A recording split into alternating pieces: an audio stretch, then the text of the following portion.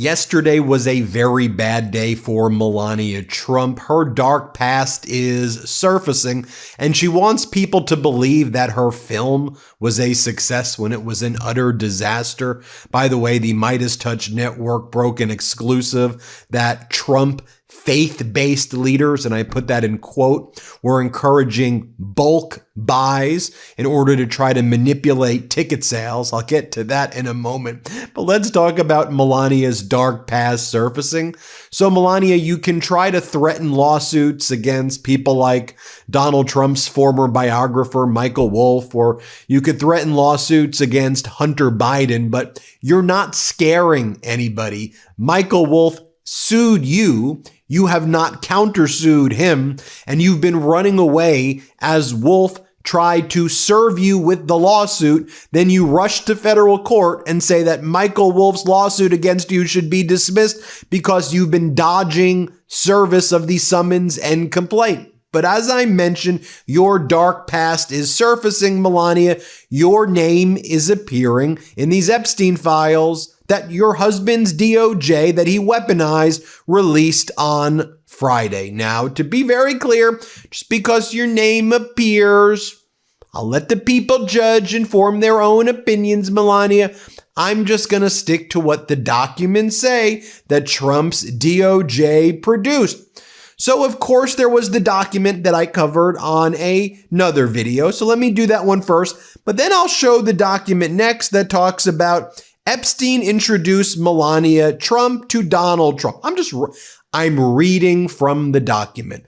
I'm not attesting to the truth of the matter asserted. I'm just reading documents from the files, and I'm letting my audience draw opinions however they see fit using my First Amendment right. So there was the October 23rd, 2002 email from you to Ghislaine Maxwell. Hi, G. I thought you didn't know Ghislaine. I thought that you didn't have a relationship. You had a nickname for her. You called her G. You're also in photos with her. But dear G, how are you? Nice story about Jeffrey Epstein in New York Magazine. You look great on the picture. I know you are very busy flying all over the world. How was Palm Beach? I cannot wait to go down. Give me a call when you're back in New York. Have a great time. Love, Melania. So you had nicknames for Ghislaine Maxwell. You plan to meet again in New York, in my opinion, based on this email. And isn't that the New York Magazine where Donald Trump said Epstein is a great guy who likes women on the younger side? That wasn't a red flag, Melania. It wasn't a red flag that the Mar-a-Lago spa was being sent to Epstein's home a few miles down the road. Not a red flag there, Melania, because you were talking to Ghislaine during the height of a child sex trafficking ring that Ghislaine and Jeffrey were involved in. J.E., as you nicknamed him. Let's take a look at this other document, Bates number EFTA 159322. This appears to be a proffer to the FBI, and here's what it says. So-and-so put in contact with an agent named Paolo Zampoli, who worked with ID models. Now, these next few sentences are redacted. I don't think they should be redacted. The Epstein Transparency Act specifically says that these redactions are a violation of law unless it specifically gives the name of a victim. So does this label victims and survivors? Okay, well then let's read the next sentence. Zampoli was trying to buy elite models with Epstein. Epstein introduced Melania Trump to Donald Trump. So they're saying Zampoli wanted to buy elite models with Epstein here, and Epstein introduced Melania Trump to Donald Trump. I thought, Melania, you said Zampoli was the one who made that introduction. Was it Zampoli and Epstein? I'm just asking questions, as I have a right to do under the First Amendment. It goes on to say, Epstein was visiting Zampoli at the agency when there was casting auditions for models. Epstein was looking through portfolios and saw photographs of her wearing only swim bottoms. Blank and Zampoli were at nightclub with Epstein, who was there with a woman who believed was, and all this is redacted, someone called either a girl or Epstein and invited, this is redacted, to dinner, went to Epstein's residence on 71st Street in Manhattan. This was the first one-on-one interaction that seems like a Jane Doe had with Epstein. Epstein made her wait. She heard him playing the piano. Jane Doe did not recall if she went upstairs. Jane Doe and Epstein had dinner in the dining room. This was straight ahead. When you walked into his home, Epstein asked Jane Doe what she liked to do. Jane Doe told Epstein she liked studying and that she was a good student. They talked about travels and Jane Doe having a model contract in Japan and South Korea. Jane Doe mentioned that she thought there was a lot of Russian prostitution. Epstein told her, "That's what I like best." Jane Doe recalled Epstein saying something that made her uncomfortable. Epstein gave Jane Doe a tour of the house, took her to the massage room, had her lay down, took out a vibrating thing, and rubbed it on her. Jane Doe told him to stop. Jane Doe described the massage room as small, very dark room on the same floor as the master bedroom. A driver took Jane Doe home, and she remembered being very tearful in the car. The next morning or a day later, Jane Doe recalled that Epstein called her. Jane Doe was unsure how everything progressed from there. Epstein may have offered her an English class, which Jane Doe attended. Melania, why is your name on that document? Melania, why is it on that document, Melania? I thought you said Melania. Then there's this handwritten note in the Epstein file.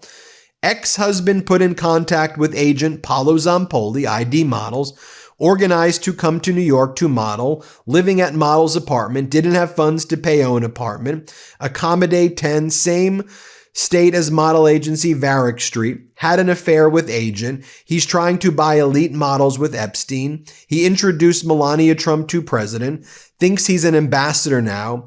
Jeffrey visiting Paolo at agency, casting for models, auditions. He, Jeffrey Epstein, left through portfolios. Jeffrey Epstein looked at mine when he was wearing bottoms swim short. Melania, does everybody remember this article from the New York Times? When Donald met Melania, Paolo was there. He secured Mrs. Trump's visa to the United States and introduced her to Donald Trump at a 1998 party he hosted at the Kit Kat Club. Mr. Zampoli's parties have featured an alligator, tiger cubs, and models at nightclubs blowing kisses at fashion television cameras. So Zampoli owned his own modeling agency, and his agency brought in young ladies or girls, unclear the age, from Eastern Europe. Then these young ladies would go to the Kit Kat Club parties and meet wealthy men at the Kit Kat Club. That's how Melania met Donald. Melania's telling is Zampoli threw this party at the Kit Kat Club. She says it wasn't Epstein. But it's interesting because if you look at these proffers and statements from the Epstein files, what they describe is Epstein and Zampoli wanting to merge their modeling agencies or work together to buy other modeling agencies. By the way, Trump owned modeling agencies at this time, and Epstein and Donald Trump and Zampoli were all kind of copying each other's modeling agencies, and Melania is mentioned in these reports. Hey everybody, Ben Meiselas here from the MeidasTouch Network. I wanted to let you know about my podcast partner, Michael Popak's new law firm. It's called the Popak Firm. Michael Popak's pursuing his dream of starting his own law firm, really based on the popular demand by all the Meidas, Mighty, and legal AFers who were approaching Michael Popak with their cases and saying, "Can you help us?" And at that time, Popak was not able to. So he went out on his own. He started the Popak Firm, where he is now handling catastrophic injury cases like car accident cases, trucking cases, malpractice cases, big negligence cases, wrongful death cases. So if you or someone you know have a case like this, the consultation with Popak's firm is free. Give him a call. See if you have a case. It's thepopakfirm.com, thepopakfirm.com, or you can call 877-POPOK-AF, POPOK-AF. So 1-877-POPOK-AF. Give Michael Popak a call. And I'm really proud of you, Popak. Thanks for all the hard work you're putting in. She's referenced in other files as well. In a January 21st, 2018 email between Epstein and Michael Wolff, they say the following. From Epstein to Michael Wolff. Achilles heel, Melania. Transcript. Melania focused on dates of porn star. Before birth of Barron or after. They also now have 2 armies of people escorting her kids to school. Friday, January 12, 2018, Jeffrey Epstein to Michael Wolff. Holding up his shithole countries comment. His I will sign whatever is put in front of me clearly shows cracks in his mental state. Transcripts could drive him over the edge if Melania's story doesn't come out. How about Steve Bannon's messages to Epstein? Do you know Marion, Donald's new friend? Madeline Westerhout, very funny. Bannon goes, she is the receptionist. Good kid, Grudon. Came from RNC. Epstein goes, knee pads. Doing God's work. Bannon says, LMAO. Epstein, he's much more calm, but the sight of him in the residence in his undies is hard to fathom. I'll give you details when I see you. Then they go on to say, the 2 things he dreads at the moment is that an email from his ex saying he has a small dick and his transcript. The staying away from family over holidays is a huge tell. That's for Madeline. Whoa, wake up, dude. She has a way about her, saving the world in my view. Then we really need an intervention. And they are describing what they suggest is Madeline and Donald Trump. I'll let you read into it however you want to read into it. But Trump's personal assistant, Madeline Westerhout, was fired after alleged comments about Ivanka and Tiffany. By the way, here's Melania and Zampoli at the time. You see them right there. So that brings me, by the way, to this other piece of news right here, an exclusive that the MeidasTouch network brought. White House advisor pushed bulk sales for Melania movie. You know, Jeff Bezos put $75 million or more into this movie of Melania, and they're trying to brag that they're like, this broke records, $7 million it earned in its first week. That's not a good thing when you lose. I guess it's Trump math. Losing $69 million is a huge win right there. But here's what we're learning as well, Melania. Supporters are encouraged to buy group tickets and private screenings from a faith group, from a Christian group. It says, bulk sales of the new documentary, Melania, are being promoted through emails from the National Faith Advisory Board, a faith coalition led by Paula White Cain, who served as a senior advisor in the White House Faith Office. It says the film had almost $7 million from the opening weekend. There's Pastor Paula White Cain using her religious position to apparently sell Melania tickets. The message encourages supporters to purchase group tickets. Let's look at what the message was to all of these Christians who are part of this group who got the message. Melania movie in theaters. Let's support our First Lady. Book with your group. So it's like your Christian group needs to go and buy out theaters. I guess that's how you're going to become closer to God, right? Why supporting this film is important. For years, our First Lady's story was talked about, but never told, judged without being understood, and reduced when it deserved depth. Let's take this film all the way to number 1. And then it talks about buying out theaters for $1,500 and $3,000, and that will go to the ticket sales that ultimately get reported. Then Melania and Trump have their embarrassing state regime media, which calls itself Fox News. You have Kayleigh McEnany said, you know, my mom went to see it. There was standing room only. Standing room only isn't a thing in movie theaters. But here's what they're saying on state regime media. Play this clip. It soared past expectations, bringing in more than $7 million at the box office in its opening weekend. Now, that is the most of any non-concert documentary in a decade. Now, legacy film reviewers were so certain that it wouldn't do well, they would be wrong. Emily, my mom went to this weekend in Florida. She said not only was the theater packed, it was, standing room only. If you could try to sneak in the back of the theater, people were cheering through it. They were excited. It was interactive. People interplaying with the film. She said it was just electric. Electric. Here's what Morrow is saying on state regime media. Play this clip. But what they're really worried about is if this is indicia for the midterms, because they're all saying, oh, it's done. We're going to control Congress. This is the indication that that silent majority is still out there. You think that's indicia of the midterms?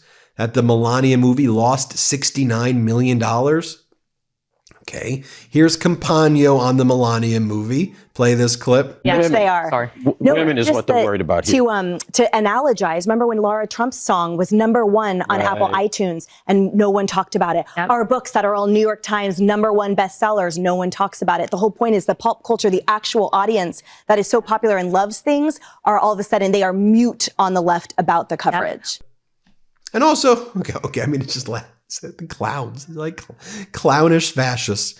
And here's Melania with Brett Ratner right here, her director. Take a look. Here's Brett Ratner in the Epstein files with someone who looks very, very young. The face is redacted. And then Brett Ratner went on Piers Morgan to promote the Melania film. And Piers Morgan said, so what's your response to the picture of you in the Epstein files? And Ratner's like, oh, that's my fiance. And then Piers is like, okay, what's her name? I don't know her. I don't know who she is. Here, play this clip. As you know, the picture came out of you with Jeffrey Epstein with 2 apparently young women in it. What is your response to that picture? And what is your response to the wider scandal of the Epstein files? Oh, well, that picture in particular happened around 20 years ago, 19, 20 to 21 years ago, because that is a photograph of my fiance who invited me to this event. And that's where the picture was taken. I was never been in contact with Jeffrey Epstein before that photo, and I was never in contact with him after. So that's a picture of me and my fiance at some event. Wow. So who was the fiance, if you don't mind me asking? She doesn't want me sharing her name in the case, but that's my fiance, 100%. Was my fiance. But you're not still. I'm not. I was going to say you're not still with that. No. He's not engaged. Yeah. It's the world's longest engagement. No, 20 years. 20 years ago, I was engaged to her when that photo was taken. Right. Yes. And your position is you never met Epstein before or after that picture, that night. No, never.